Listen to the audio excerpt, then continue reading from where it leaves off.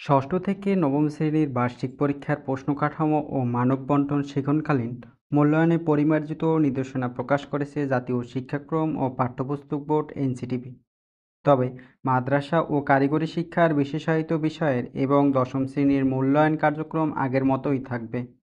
শিক্ষা মন্ত্রণালয়ের নির্দেশনা অনুযায়ী জাতীয় শিক্ষাক্রম ও পাঠ্যপুস্তক বোর্ড কর্তৃক 2024 শিক্ষাবর্ষে ষষ্ঠ, সপ্তম, অষ্টম ও নবম শ্রেণীর শিক্ষণকালীন মূল্যায়ন ও বার্ষিক পরীক্ষার জন্য সংক্ষিপ্ত পাঠ্যসূচি প্রণয়ন, প্রশ্নের দ্বারা ও মানব বণ্টন সংশোধন ও পরিমার্জন করা হয়েছে।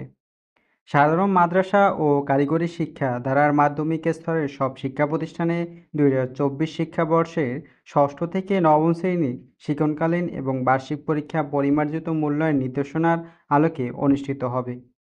তবে মাদ্রাসা এবং কারিগরি শিক্ষার বিশেষায়িত বিষয়গুলো এবং দশম শ্রেণীর মূল্যায়ন কার্যক্রম পূর্বের ধারাবাহিকতায় অনুষ্ঠিত হবে। ষষ্ঠ থেকে নবমের বার্ষিক পরীক্ষার প্রশ্নকাঠামো ও মানব বণ্টন প্রকাশ করল এনসিটিবি। 2012 সালের পড়ালেখাই হবে এখনকার পড়ালেখা।